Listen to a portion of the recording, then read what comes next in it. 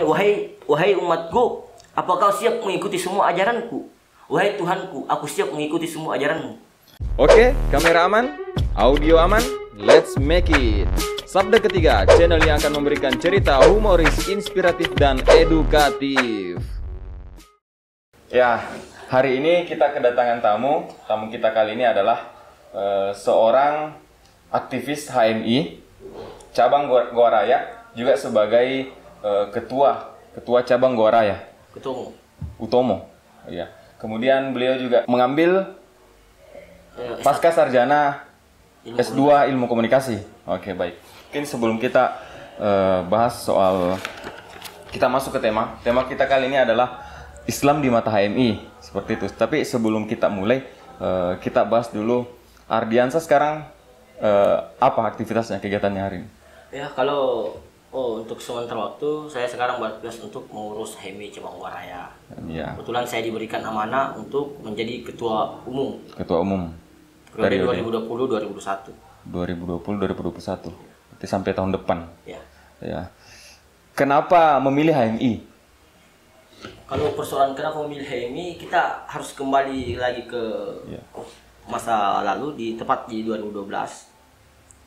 Saya melihat bahwa di HMI ini ada yang membuat diri saya menarik begitu. Yang pertama, kajian-kajian, cara berpikir kritis. Terus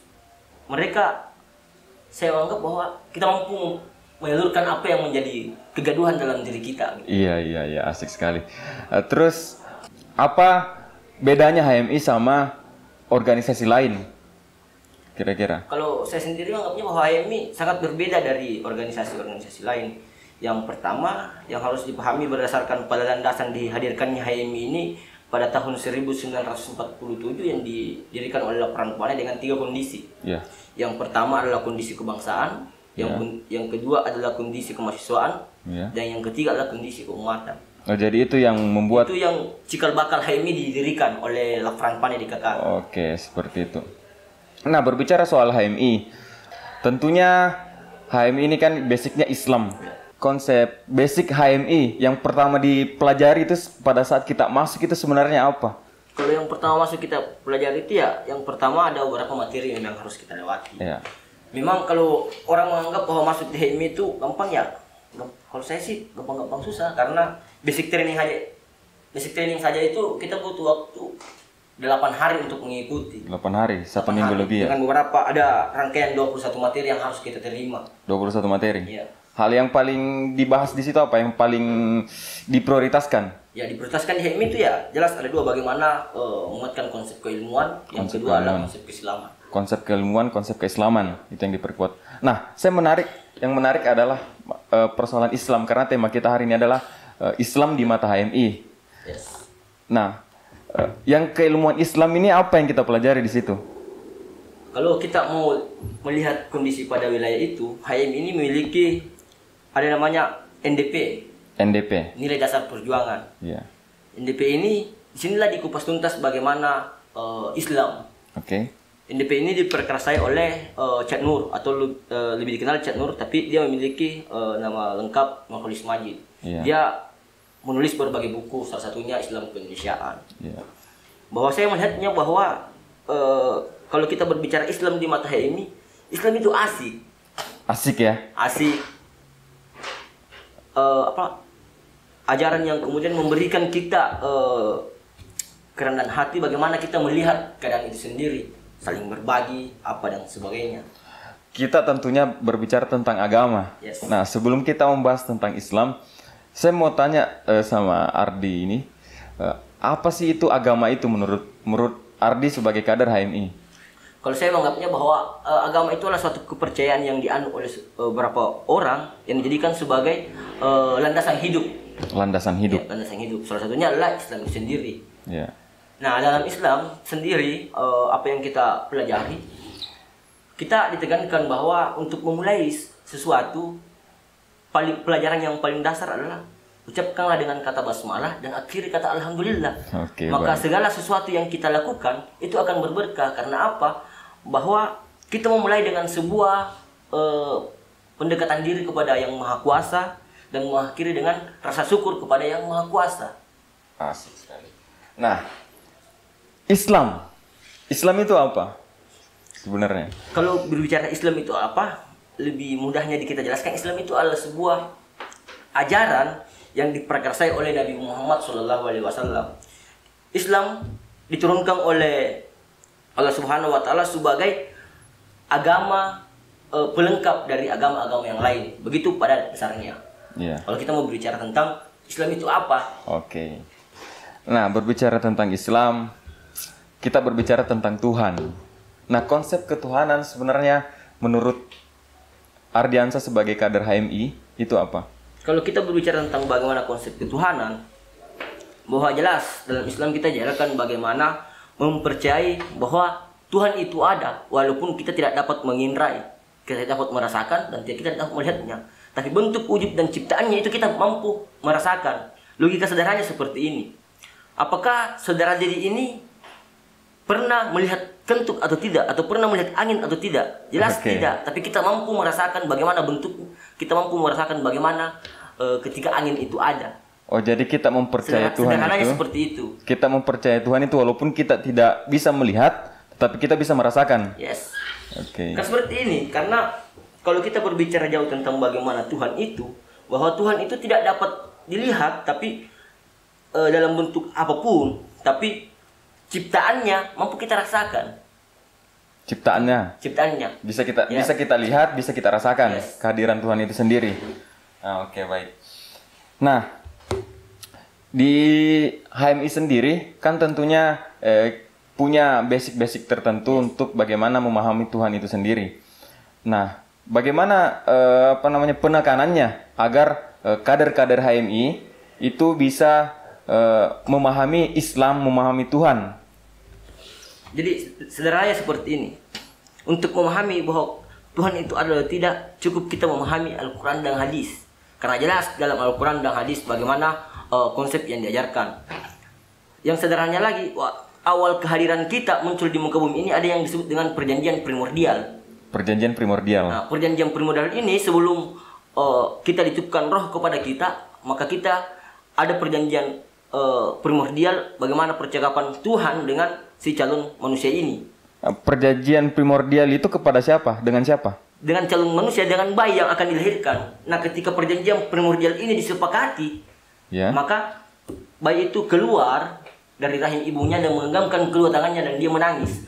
Itu artinya dia sepakat bahwa dia menyepakati perjanjian primordial itu, dan yang dia menggenggam tangannya bahwa itu adalah isi perjanjian. Nah, isi perjanjian itu sendiri apa? Nah, perjanjian itu adalah mengikuti semua ajaran yang dianjurkan oleh agama Islam itu sendiri. Jadi itu yang perjanjian primordial, karena percakapannya jelas. Percakapannya, wahai umatku, apakah kau siap mengikuti semua ajaranku? Wahai Tuhanku, aku siap mengikuti semua ajaranmu.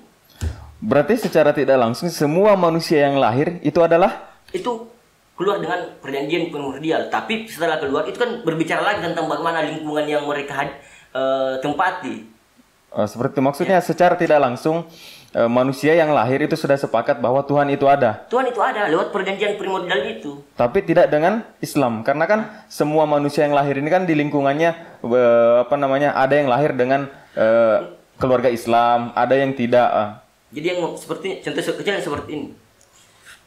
Islam kita pahami, contohnya Islam kita ketahui ketika kita ada di lingkungan memperlihatkan bahwa orang tua kita sholat 5 waktu, itu adalah sangat mendasar. Jadi Islam itu kita ketahui bahwa ini adalah agama Islam ketika kita ada dalam lingkungan kita. Oh, kita belajar Islam itu tergantung lingkungan kita. Berarti seperti itu. Nah, bagaimana dengan orang yang lahir di luar daripada agama Islam? Ya, orang yang luar. Apakah dia menyepakati perjanjian itu juga? Iya, tapi kita lihat kondisi hari ini, lihat kita berdasarkan beberapa sejarah bahwa ternyata lebih banyak kemudian orang yang bukan agama Islam itu kemudian hijrah ke agama Islam setelah dia memahami konsep Al-Quran dan Hadis. Oke, baik. Nah, kita kembali ke HMI sendiri. Nah, pendalaman soal konsep Islam, pendalaman soal konsep ketuhanan kan tentunya sudah dipelajari di HMI. Nah, apakah konsep Islam, konsep ketuhanan itu berbanding lurus sama aktualisasinya? Seperti 5 waktu lah misalkan, hal yang paling dasar. Oke, kalau kita berbicara tentang aktualisasi dengan nilai-nilai yang kita dapatkan di HMI, untuk segala sesuatunya itu kita tidak akan pernah paksakan kepada seorang manusia itu sendiri. Karena percuma kita paksakan ketika dia melakukan dalam keadaan terpaksa. Islam ini kita harus melaksanakan kewajibannya dengan sesuai dengan kata hati. Tetapi kan maksudnya kalau kader-kader HMI, kalau kader HMI kita tekankan, kita jelaskan dan kita memperlihatkan. Kalau di HMI kita lebih banyak memperlihatkan daripada menjelaskan, karena jauh lebih efektif ketika kita perlihatkan daripada menjelaskan. Jadi kita imbangkan, memperlihatkan dan menjelaskan. Oke, semua kader HMI 5 waktu. Yes. 5 waktu ya. 5 waktu. Alhamdulillah. Oke.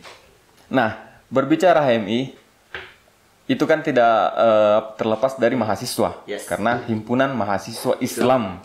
Nah, sebagai kader HMI, apakah dia harus bisa untuk berorasi? Karena kan kebanyakan dari, misalkan ada isu-isu dari pemerintah yang pro kontra, nah HMI itu pasti hadir di jalan. Itu bukan bentuk penekanan bahwa dia harus pintar berorasi, tapi yang paling kita inginkan adalah bagaimana kader-kader HMI ini mampu bercahaya di dalam lingkungannya. Maksud saya seperti ini. Dalam sebuah kelompok atau diskusi, bagaimana dia memperlihatkan, bagaimana dia menjelaskan, memperlihatkan identitasnya tanpa harus menjelaskan. Oke, dengan? Dia tanpa harus menjelaskan, dia sudah memperlihatkan identitasnya. Kalau kita masuk pada teori teori interaksi simbolik, dia tanpa harus menjelaskan kepada publik bahwa saya anak HMI, tapi kita sudah mengetahui lewat dia cara diskusi, lewat bicara. Jadi ada pesan yang kemudian disampaikan lewat beberapa gerak tubuh ataupun intonasi dan bahasanya. Oh, dari gesturnya bisa dilihat bahwa ini ketahuan. Ini anak HMI atau bukan. Jadi kita tidak perlu menjelaskan bahwa saya ini anak HMI, tidak harus seperti itu. Tapi bagaimana orang lain menilai dan melihat kita lewat apa yang kita lakukan, dan itu menjawab bahwa saya anak HMI tanpa harus kita jelaskan bahwa saya anak HMI. Itu HMI, mahasiswa teman-teman HMI semua sebelum turun ke jalan itu pastikan ada isu tentunya. Turun ke jalan maksudnya aksi demonstrasi. Nah, sebelum itu apakah dia mempelajari isunya dulu, memperdalam isunya dulu, benar apa tidaknya, atau langsung serta-merta ayo kita turun ke jalan aksi? Jadi kalau kita kembali lagi pada persoalan bagaimana konsep gerakan yang dilakukan oleh HMI, jadi ada banyak rentetan panjang untuk sebelum kita aksi. Ya, seperti kita harus melakukan kajian yang lebih mendalam tentang bagaimana isu itu. Kita harus mengkaji lebih dalam apa dampak positifnya kepada masyarakat dan apa dampak negatifnya kepada masyarakat terhadap suatu kebijakan yang dikeluarkan oleh pemerintah. Ketika memang kebijakan itu tidak memberikan dampak positif kepada masyarakat, maka HMI akan selalu menjadi garda terdepan untuk melawan sistem itu. Atau melawan sistem pemerintahan yang kemudian acuh tak acuh kepada masyarakat itu sendiri. Karena kita kembali pada sejarah bahwa HMI lahir dengan 3 kondisi tadi yang saya jelaskan. Oke. Seperti itu. Nah, kebanyakan kan kalau kita lihat fenomenanya, setiap aksi mahasiswa, setiap turun ke jalan itu kan pasti menimbulkan pro dan kontra. Nah, seperti misalkan menimbulkan kemacetan. Masyarakat kan biasa, ngapain sih ini mahasiswa turun lagi kasih macet-macet saja jalan. Nah, bagaimana menanggapi hal tersebut? Kalau persoalan itu, bahwa persoalan macet atau tidak, ketika masyarakat sadar dengan sendirinya, maka dia tidak akan pernah menyalahkan kita. Tapi orang yang tidak sadar, tapi biarkan mereka menyerang kita. Tapi yang pada intinya kita kembali kepada apa yang menjadi dasar pada gerakan kita, untuk bagaimana menyampaikan apa yang menjadi keluhan masyarakat itu sendiri, walaupun masyarakat tidak memahami secara langsung bahwa yang kita perjuangkan ini adalah keluhannya mereka. Nah, masyarakat kan tidak memahami secara langsung. Nah, bagaimana sebagai mahasiswa mengedukasi masyarakat bahwa yang dilakukan ini adalah benar, dampaknya juga ke masyarakat tentunya. Oke, kalau persoalan bagaimana cara mengedukasi kepada masyarakat, kita selalu memberikan penjelasan kepada masyarakat ataupun yang dalam hal ini yang ketika di lapangan ya, ketika lapangan yang terjebak macet. Ketika kita sudah menjelaskan bahwa kondisinya seperti ini, dia mensupport kita untuk melanjutkan, melanjutkan gerakanmu. Oke. Apakah setiap aksi itu, setiap ada isu, jalan satu-satunya adalah turun ke jalan atau aksi demonstrasi? Jadi kalau kita konsep yang kita pakai di HMI persoalan gerakan apa dan sebagainya, bahwa kita lihat bahwa selama masalah itu tidak bisa didiplomasikan, maka jalan satu-satunya adalah jalan menjadi solusi. Berarti sebelum demonstrasi ada apa namanya? Kita akan melakukan pendekatan secara persuasif. Persuasif dulu. Ya, ketika memang itu buntu, maka solusi terbaik adalah jalanan untuk menyampaikan aspirasi kita. Tapi kan kebanyakan yang kita lihat isu-isu apapun itu pasti turun ke jalan. Itu yang kebanyakan yang kalian lihat, tapi yang harus kalian lihat bagaimana proses di balik layar ini. Berarti tidak serta-merta langsung ada isu, turun langsung ke jalan, tidak ya? Kita tidak serta-merta turun seperti itu, tapi yang kita lakukan adalah ada edukasi, melakukan pendekatan persuasif. Tapi ketika ini semuanya sudah buntu, maka jalan satu-satunya adalah jalan raya yang menjadi saksi perjuangan teman-teman himpunan mahasiswa Islam. Oke. Sebagai mahasiswa pasca sarjana juga, saya sempat lihat berita di Facebook waktu itu, sempat viral juga soal Kapolda baru kalau tidak salah ya. Kapolda baru, Anda ini mengomentari soal statementnya yang mengatakan bahwa mahasiswa UIN itu adalah ada yang Syiah teroris ya. Oke, saya pada saat itu Kapolda itu namanya Pak Hamidin kalau saya tidak salah. Oke. Pada saat dia hari pertama menjabat, dia langsung mengeluarkan statement bahwa Sulawesi Selatan ini adalah sarang teroris. Oh, Sulawesi Selatan adalah sarang teroris. Makanya saya menyampaikan bahwa apa yang menjadi bukti mendasar bahwa Sulawesi Selatan ini adalah sarang teroris, selama saya menganggapnya bahwa itu adalah bentuk kegaduhan yang kemudian dikeluarkan, statement itu adalah bentuk kegaduhan. Jadi saya menganggapnya ketika memang Sulawesi Selatan adalah bentuk sarang teroris, maka nggak usah dipublish, cukup diselesaikan secara internal. Kalau memang Sulawesi Selatan ini sarang teroris, kenapa harus dipublish? Kenapa tidak langsung ditindaki? Sebenarnya seperti itu. Tapi kan mungkin beliau sendiri berstatement, mungkin ada informasi, ada dasarnya juga. Tapi mungkin dari saudara Ardi sendiri itu mungkin risih ya, karena kan dia menjustis bahwa Sulawesi Selatan adalah sarang teroris. Ya, kita di HMI merasa risih dengan pernyataan itu, karena kita menganggapnya bahwa apa yang menjadi bukti mendasar bahwa Sulawesi Selatan ini adalah sarang teroris? Ya. Apa yang menjadi bukti mendasar? Dan dia tidak mampu menjelaskan kepada publik. Tidak ada. Dia hanya mengatakan bahwa Sulawesi Selatan adalah sarang teroris. Seperti itu. Jadi kita agak ambigu juga. Jangan-jangan kita ini juga dikatakan teroris gitu. Seperti itu ya. Oke. Tapi dari pernyataannya sendiri ada klarifikasi nggak soal itu? Karena kan saya lihat di Facebook ada balas-balas chat di situ rame itu. Jadi pro kontra lah. Ada yang pro ke kita dan ada yang pro ke sana. Tapi itu yang kalau menurut saya persoalan pro dan kontra terhadap komentar yang saya keluarkan, saya tidak pernah harus merespon itu. Tapi sepakat enggak yang dikatakan bahwa Islam itu, kan banyak orang yang menjustis bahwa Islam itu adalah agama teroris. Bagaimana sebagai seorang kader HMI menanggapi hal tersebut? Jelas saya sepakat. Iya. Kalau kita berbicara tentang teroris lagi, itu panjang diskusinya. Yang jelas saya hanya mengatakan bahwa Islam itu adalah agama yang asik, agama yang nyaman, damai ya. Dan damai. Oke. Nah, perihal mahasiswa lagi, kita kembali lagi ke situ. Kan ada tuh statement yang biasa mengatakan bahwa setiap aksi itu ditunggangi. Sepakat tidak dengan hal seperti itu? Saya sepakat. Sepakat? Tidak sepakat ya? Karena orang-orang yang mengatakan bahwa setiap aksi itu ada ditunggangi, apakah dia apa dasar pernyataannya dia mengeluarkan seperti itu? Kalaupun ada beberapa gerakan lain ditunggangi, tapi tidak semua gerakan itu ditunggangi. Seperti itu. Salah satunya kita di HMI bergerak dan berdiri di atas kakinya sendiri. Tanpa ada disuruh. Tanpa ada intimidasi dari kelompok-kelompok tertentu. Kalaupun ada yang mengintimidasi untuk menghentikan gerakan kita, maka itu adalah lawan kita. Pokoknya tidak ada boleh. Selama kita turun di jalan, maka tidak ada proses diplomasi selain bagaimana apa yang menjadi tuntunan kita itu diterima secara baik. Luar daripada itu tidak ada.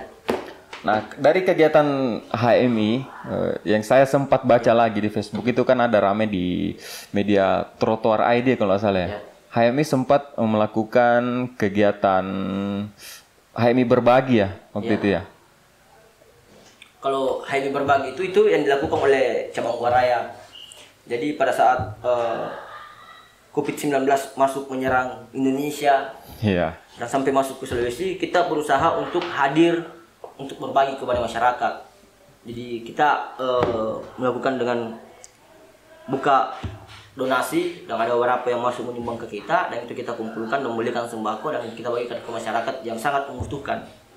Berarti aksi langsung ya turun Ya. ke jalan. Itu Ini dampaknya apa, bisa aksi dirasakan masyarakat. kemanusiaan. Aksi kemanusiaan. Karena itu kan dampaknya langsung bisa dirasakan oleh masyarakat. Jadi bukan cuma berbagi. Jadi kita cabang Waraya saya sendiri membentuk yang namanya Satgas Insan Cita. Satgas. Satgas Insan Cita. Kebetulan ketua Satgas itu adalah saudara Rahmat Saleh yang menjadi ketua Satgas. Oke. Yang memimpin bagaimana penanganan COVID-19 ini. Jadi selain kita berbagi sembako kepada masyarakat, kita juga melakukan beberapa penyemprotan di tempat-tempat umum. Oke. Kita lakukan penyemprotan itu. Penyemprotan itu dipimpin langsung oleh ketua Satgas dan pembagian sembako. Nah, pada waktu itu respon masyarakat dalam hal kegiatan cabang Gorawai waktu itu HMI berbagi itu bagaimana respon masyarakat waktu itu? Kalau respon masyarakat pada saat itu ya, dia sangat terbuka untuk kita, dia sangat berterima kasih dan bersyukur. Dan kita juga menyampaikan kepada masyarakat bahwa hanya ini yang kita sampaikan, cukup doakan saja kita untuk terus terhindar dari virus corona ini, untuk tetap bisa berbagi ke depannya. Oh, berarti secara tidak langsung itu juga mengubah Iya. image Masyarakat mahasiswa, image HMI bahwa tidak serta-merta itu kita cuma bisa turun ke jalan saja. Yes. Kita juga bisa melakukan hal-hal yang dampaknya bisa dirasakan oleh masyarakat seperti itu ya. Nah, oke. Sebagai seorang mahasiswa, bagaimana HMI itu untuk mengambil kader-kader, maksudnya mengedukasi mahasiswa-mahasiswa ini kan, apalagi sekarang kan sudah mau masuk lagi tahun ajaran baru lagi, jadi otomatis kan ada mahasiswa baru. Nah, bagaimana sih HMI itu mengajak mahasiswa, targetnya ini maba, mahasiswa baru untuk bisa masuk ke HMI?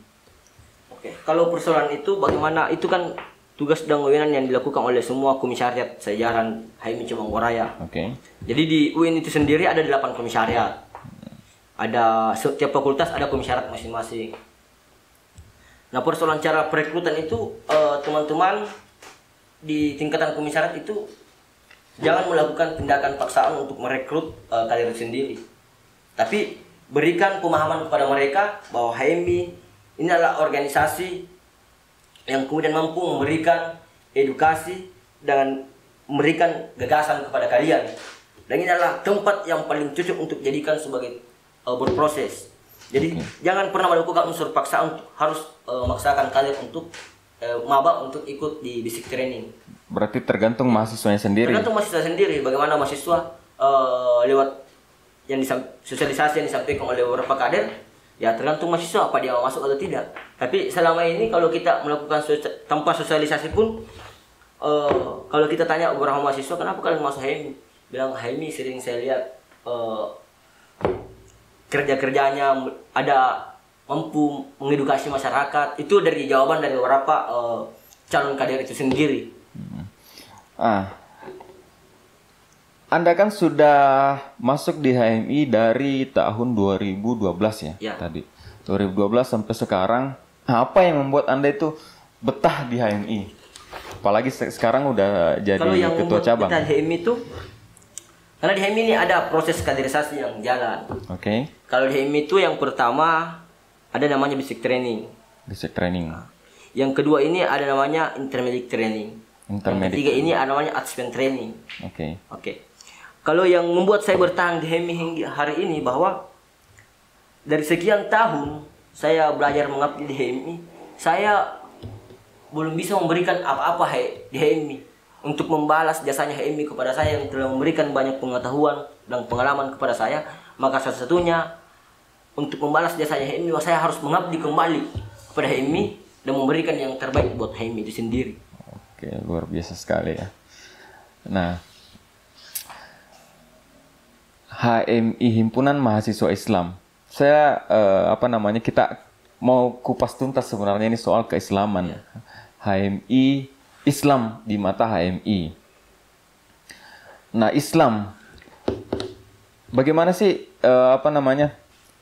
mahasiswa atau kader HMI memahami Islam itu secara dalam dan secara luas? Kalau persoalan memahami Islam, bahwa saya jelaskan kembali bahwa di HMI itu ada namanya NDP, yang Nilai Dasar Perjuangan. Berangkat pada dibuatnya ini NDP yang diperkasai oleh lebih dikenal dengan nama Cak Nur. NDP ini dibungkus serapi mungkin dan semudah mungkin dipahami. Asas pada terbentuknya NDP ini adalah Al-Quran dan Hadis. Dasarnya di situ, Al-Quran dan Hadis. Apakah itu langsung langsung mempelajari Al-Quran dan Hadis secara langsung, ataukah kita kan maksudnya kalau mau mempelajari Al-Quran dan Hadis tentunya kan kita butuh ulama, kita butuh orang-orang yang paham soal itu. Apakah Anda atau dengan teman-teman HMI itu mengkaji Al-Quran secara langsung? Ya tidak, jadi kita mengkaji ini NDP sama-sama bagaimana alur pada pemikiran Islam itu sendiri, bagaimana Islam itu sebenarnya, bagaimana konsep Islam sebenarnya. Itu yang kemudian dipelajari kita. Jadi kita perlahan mempelajari di NDP itu sendiri. Setelah kita menguasai NDP kita memperluasnya keluar. Tapi saya yakin dan percaya bahwa ketika NDP ini kita sudah pahami seutuhnya, maka tidak ada lagi keraguan dalam diri kita bahwa untuk tidak mengetahui apa itu sebenarnya Islam. Kalau kita berbicara Islam jauh lebih panjang, maka sampai besok pun kita tidak akan bisa selesai berbicara Islam ini. Oke, baik. Nah, apakah Islam itu hanya sekedar konseptual saja? Konsep keilmuan saja? Kalau Islam itu bukan sekedar konsep keilmuan saya, tapi Islam itu adalah bagaimana mengajarkan kepada kita nilai-nilai kehidupan. Ada nilai-nilai dalam Islam kemudian itu yang kemudian diterapkan dalam diri kita. Seperti dalam dunia kehidupan kita. Contoh kecilnya seperti ini. Kita keluar dari rumah, Bismillahirrahmanirrahim. Dan sampai pada tujuan, Alhamdulillah. Itu bentuk yang paling sederhana sekali. Itu bentuk paling sederhana sekali untuk mendekatkan diri kepada Yang Maha Kuasa. Apa yang kemudian bentuk yang paling sederhana yang kita harus pelajari dalam Islam adalah Itu sendiri adalah bagaimana kita diajarkan untuk saling berbagi sesama, saling membantu. Itu yang kemudian kita pelajari. Itu yang paling dasar sekali. Dari SD sudah kita pelajari persoalan itu. Bagaimana Islam yang sebenarnya. Kita jangan dulu jauh berbicara tentang bagaimana Islam ini, Islam terorisme, tapi yang paling sederhana seperti itu. Jadi Islam itu mengajarkan kepada kita bagaimana bentuk kenyamanan, asik kita. Tidak ada bentuk tekanan di dalamnya. Jadi selama Islam itu kita konsep dan ajaran Islam itu sendiri kita jalani dalam hati, itu akan tidak memberatkan buat kita, itu akan terasa ringan. Seperti itu. Nah, apa dalam Islam yang membuat bagaimana caranya kita nyaman ya dalam hal beribadah, dalam hal meningkatkan keimanan sebagai seorang kader HMI bagaimana? Kalau untuk menjalankan semua itu jangan lakukan dalam bentuk tekanan, tapi lakukan sesuai dengan kata hati. Karena segala sesuatu yang dilakukan di atas tekanan itu, maka itu tidak akan kita nikmati prosesnya. Tapi selama sesuatu itu yang kita lakukan dasarnya dari hati, niat yang paling dalam, maka saya akan percaya itu akan merasa nyaman dan kita seakan-akan bahwa paling santai saja menikmati, seakan-akan tidak ada tekanan apa-apa, tidak ada beban. Jalani saja dengan ikhlas. Dengan hati. Maka saya berpegang teguh seperti ini, bahwa apa yang kita lakukan hari ini, maka saya yakin dan percaya itu akan ada dampaknya kepada kita untuk hari esok. Baik. Menarik sekali. Mungkin terakhir nih, pertanyaan terakhir. Pesan inspiratif lah kepada audiens semua nantinya, dan kepada juga mahasiswa yang baru masuk agar mau masuk di HMI atau mau masuk sebagai kader HMI.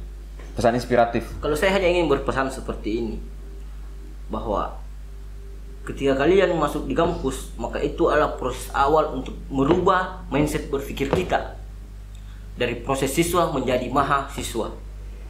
Yang kedua, Yang ingin saya sampaikan kepada calon mahasiswa baru yang akan nantinya akan bergelut di dunia mahasiswa, bahwa yang pertama, ilmu yang kita dapatkan di bangku perkuliahan itu cuma 20%. Selebihnya itu kita yang mencari sendiri. Untuk mendapatkan ilmu 80% itu adalah bagaimana kalian mampu berproses di dunia organisasi, karena sesungguhnya dunia organisasi itu akan memberikan banyak pengalaman, pengetahuan kepada mahasiswa itu sendiri. Kita harus ketahui bahwa melihat pertarungan global hari ini, dia tidak melihat lagi kamu sarjana apa, kamu alumni mana, tapi yang dilihat adalah kamu bisa berbuat apa. Luar biasa sekali ya. Terus yang terakhir, buat teman-teman pada umumnya, banyak orang yang berpikir bahwa setelah selesai susah mencari pekerjaan. Kita ubah mindset itu. Mampukah kita mengubah mindset berpikir mahasiswa itu sendiri? Bagaimana kalau pekerjaan yang mencari kita? Caranya bagaimana? Mari berproses dan berorganisasi. Luar biasa sekali ya, menarik. Jadi sebagai kesimpulan diskusi kita hari ini, Islam di mata HMI itu adalah agama yang asik ya, agama yang asik. Kemudian kalau kita menjalani Islam itu agar kita betah, nyaman sebagai orang Islam, kita harus jalani dengan hati, dengan ikhlas, supaya semuanya nyaman. Begitupun dengan hal-hal lain. Semua kita jalani tanpa tekanan, semua harus dari hati. Oke, terima kasih Ardiansyah sudah mau bincang-bincang bersama kami di Sabda Ketiga. Mungkin berikutnya juga kita akan panggil lagi untuk kita membahas hal-hal lain yang edukatif, inspiratif, dan juga nanti ada hal-hal yang humoris yang kita tampilkan di sini. Terima kasih.